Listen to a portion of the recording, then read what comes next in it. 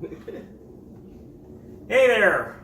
Welcome to the first episode of Two Tired Dads Learn to Play Guitar. I'm Alan Hawkins. And I'm Nathan Calhoun.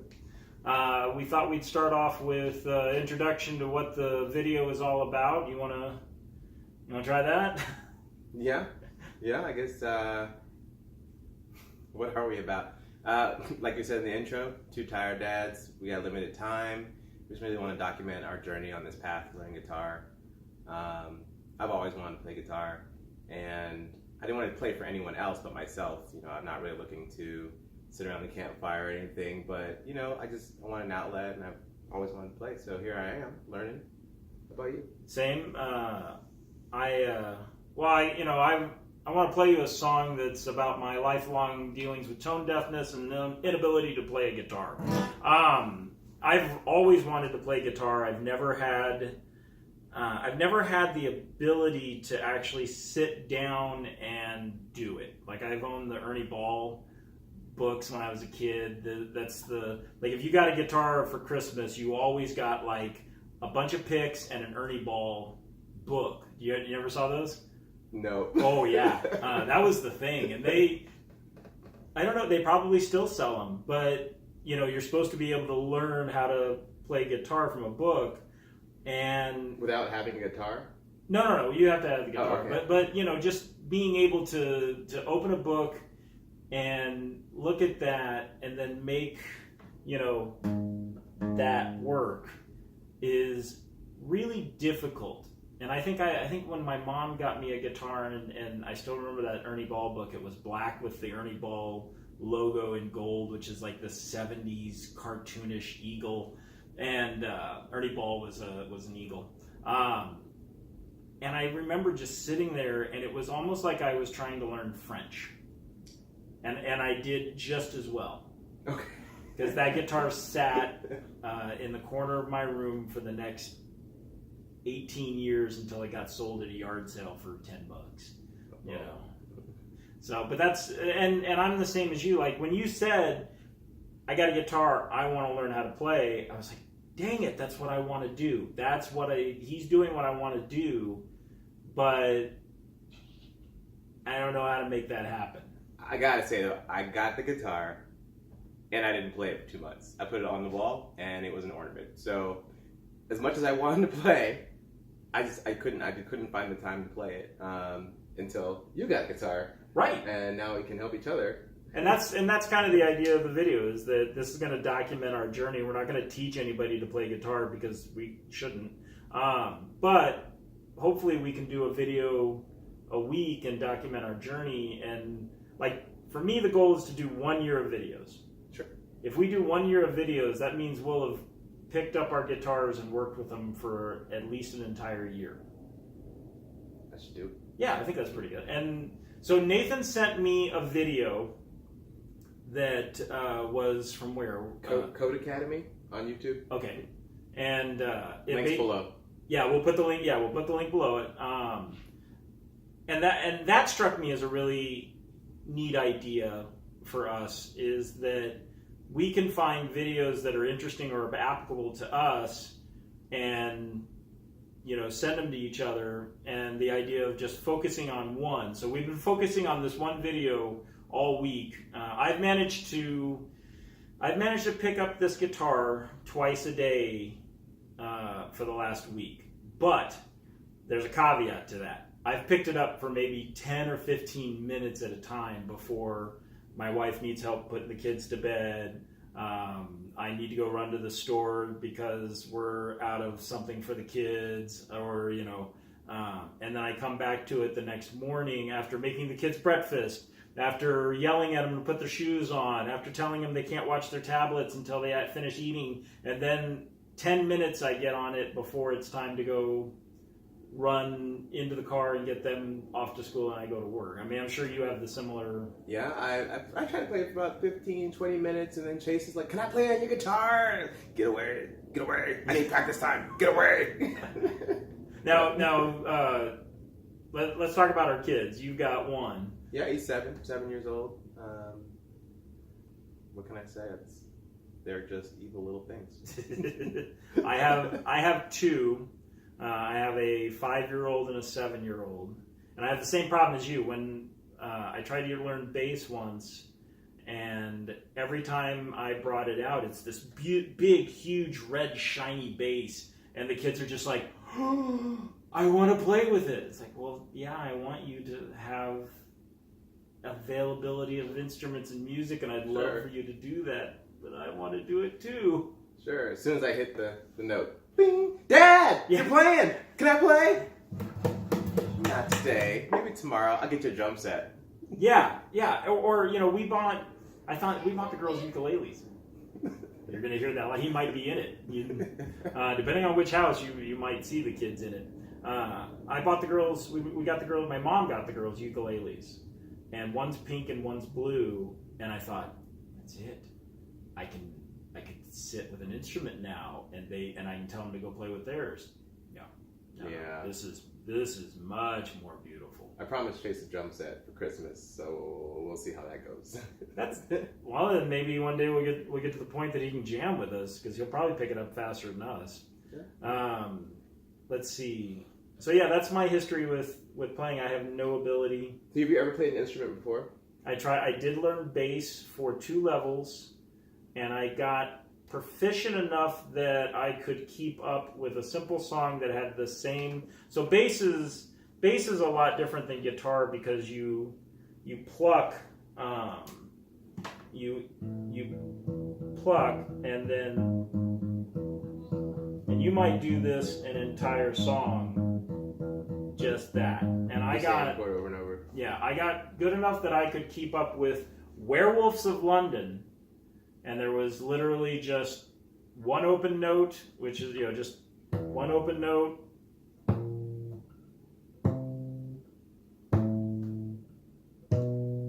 I mean, just literally. I found that it actually feels better for me to play with my fingers than it does with the pick. Yeah. But obviously it's not how you they want you to. Well, let's talk about the video. So the video was, I thought, informative. What did you think of it?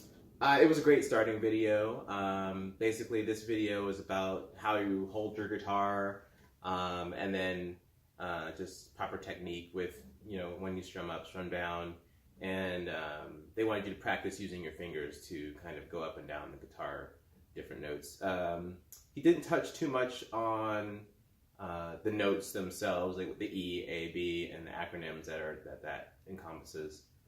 But I didn't think that was really necessary. To get that from that video, something I could probably learn on my own from a book or just picking that up. But it was a good place to start. Going up and down. Yeah, the things that I really liked was it was good to hear holding the pick like this instead of, because I think I'd always done this with a pick, so that was like valuable information. So you used to pick like this? Yeah. I used to. I think when I was a kid, I used to do it like that. So it was. Oh, I see. Holding it. Your index is pointed down. Yeah, holding it along there and trying to do that. It feels a little awkward to me. It does, but that, doing it the way he showed it is good, and then also putting the edge of your palm on the bridge worked for me pretty good, because you're not muting the strings. Yeah, I found that worked really well when I hadn't motioned my hand. Oh yeah, so it wasn't slipping all Otherwise, I'm just slipping all over the place. So we also, I managed to get the same guitar he did, by the way. So that was a happy happenstance. I got mine used, so it's not as clean as his, but yeah, we managed to find the same guitars. I got a brand new not used, it's a brand new guitar, Yamaha, from Guitar Center for a good decent price. And when I picked it up, the guy tuned it for me. Told me the accessories I needed to buy or should buy, and I basically went home with the full package. I got mine out of the back of a Windstar van in a Joann's parking lot. At night. I handed him cash, and he handed me a guitar, and then we got into our cars and went home. And he was my backup. He was sitting there in case something went wrong. The guy with the heart condition, yeah. That worked out real well. So the other thing I liked that he had in the video, because I had always assumed even in bass, that when you hit a note, when you put your finger on a note, that you would put your finger in the middle between the two frets, and he said not to do that. So that's where I'd usually do it, but he said to put it right up to where your finger is up to the fret, and hitting it there, and that was amazing because suddenly the tone is a lot clearer. Right, hitting it in the middle, you just go. Yeah, you get vibration, and it's Yeah. but it's muddy, but you get right up on it. So that was a cool thing that I liked. I like that. Yeah, that was useful. Yeah. I wish he'd have talked how difficult it is to get your pinky working out. Yeah. Oh yeah. And just, I really had a hard time getting my pinky to reach to the fret. You know, if I wasn't staring at it and holding it down, I just couldn't do it. I would complain like, I can't get my pinky, Ellen. I can't get this pinky. And I wanted to quit using the pinky. And then I read a couple articles online, and they talked about the best guitarists. They use their pinky for those hard to reach notes. And so if you really are interested in learning how to play the guitar, that you should use the pinky. Yeah. So I'm going to continue with it, even though it's a bastard of a thing. But. Right. Well, and that's pinky strength is also just something that you don't have a lot of. It's the digit that everybody's like, well, yeah, it's just there. You kind of deal with it, but it is for what we want to do very important. Apparently, the F chord is hard. There's one chord where you have to like really do some dexterous. I mean, things. just this first chord is a little difficult getting it out there. I did like the other thing I liked was he talked about using the tips of your fingers. Yep. On a string instead of the flat of your finger, which was great, but I had a hard time figuring out how to bend my knuckles properly to get the tips of my fingers. Because you look on these videos and they kind of show you how their hand looks, but you can't see your hand from this angle to make sure that your knuckles are bent. Right, you're exactly right, because everything when you get into like the third string, your fingers and hand, if you're holding your guitar like he says, or incorrectly, or incorrectly, but if the neck is here, you've got it hugged up against you. After you get to the third string, your fingers are gone. They're just down there. You know they're there. It's kind of like my feet in the shower. I know they're there, but I can't see them because my belly is so fat. But the thing is, like, once you get down there, you're like, I hope I'm doing this right because I don't know what I'm doing. You can't see it. No, I have to, and then I often find myself strumming and it dink, dink, dink, dink, because I'm on the wrong one. Yeah, oh my God, yeah, that's, I will literally be, why is this, oh, there it is. But you want to see if we can do the lesson, see what he was Oh, showing? I know I can't, but we can try. Go ahead, So the lesson is simply, it's down, up, down, up, down, up, down, up. Starting in the 5th fret. Yeah, starting, I'm on the wrong one. 5th fret. Yeah. E string was your top string. Wait, 1, 2, 3, 4, 5, 5th fret. There we go. So,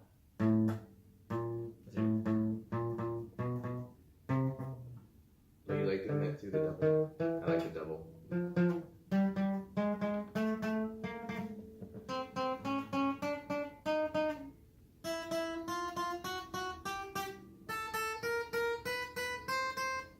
okay, now this was the hard thing.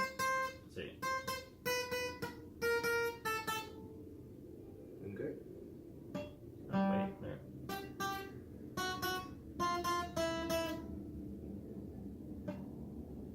I getting it? No, where is it? I'm learning! This is what it's like, y'all.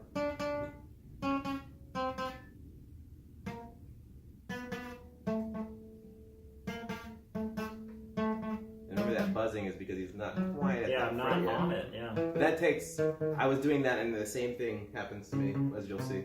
And that's what, how are you Not going? bad. Not bad at all.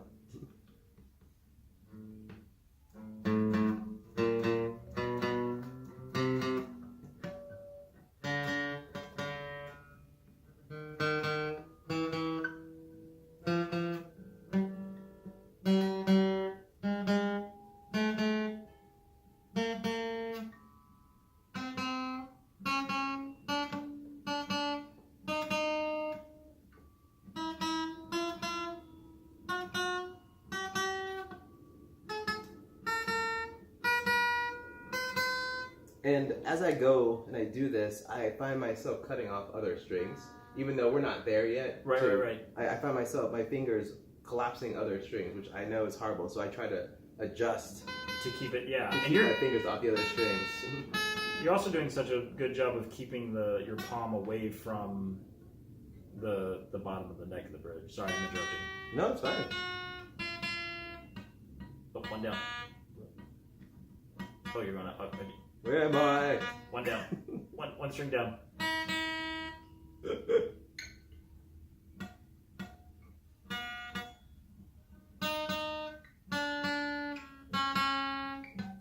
Oh.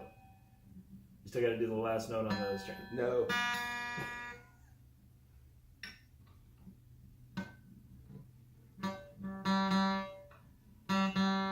My little string, yeah.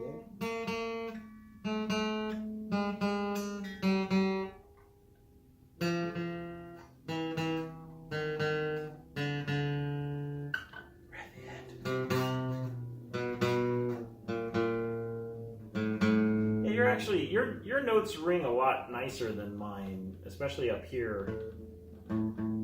Mine. I noticed that you're not using the tip though either. Yeah, you have to be really. It's almost like watching a ballerina's foot. It's got to be up there, right? I dated a ballerina. She had ugly feet. Well, we're gonna have ugly fingers. Yeah, you really gotta. That space. The guy in the video talks about having that's about a finger space between your hand and the guitar. Yeah, which is really, because then you start getting into, all right, is the guitar up against my body? Am I here? Am I here? And it's like a contortionist. I did see some people say that you could go with your other leg. You could switch it to where you're on your left leg, and that actually seems to move my shoulder more, so I can.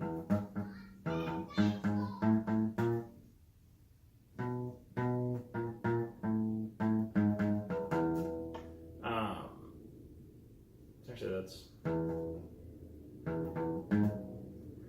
It's like the beginning of a Led Zeppelin song. Or Schoolhouse Rock. Yeah. But yeah, like that was. So I've been playing with position because they said you could put your guitar on your left leg and play it like that, and that seems to give my shoulder more than here. Because it seems like my shoulder then feels like it's like my elbow's tied to my belly. Mm-hmm. So I've been playing with that too. I just find myself adjusting the entire time. You know, either my arm needs adjusting or it feels super uncomfortable to keep my palm here. But I also find that I don't need to keep my palm here as much. No, and I don't think he means that as an every every occasion thing. I think just for this exercise, he was meaning that. Because if you're strumming, you're not going to be able to get the strums, the full strum that you want. If you're going to try to do this. No. But for this exercise, it worked pretty good.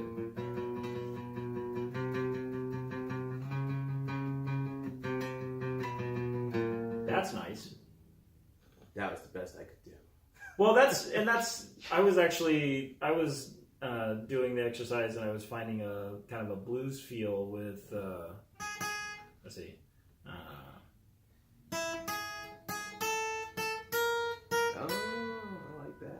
like that. It's just the keep changing. Playing for a while. Yeah, because it actually, it's just that,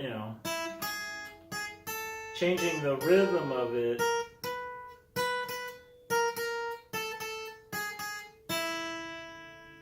It gives it some fun. You can have fun with exercises. Sure. I think if you do, the whole thing about something becoming second nature is to do it until it's mind numbing, but it's still mind numbing, and that's the problem with rehearsing something. So if you're not going to have fun with it, it's not going to be something you want to do. Right. No, that's the whole point. Yeah. Is there anything else we want to cover in this one? I think we've got it. I think that's all. So this is episode 1. Hopefully we'll see you in episode 2. If you don't see in episode 2, we failed. The guitars probably got thrown out. Or still hanging on the wall. But I think making the videos is going to encourage us. And please comment if you've got any videos you want us to watch. Comment on encouragement, or if you're using our videos to get inspired for yourself, because a lot of dads are going to be getting guitars for Christmas. So hopefully we inspire you, and you can help us stay inspired. Happy holidays. Happy holidays.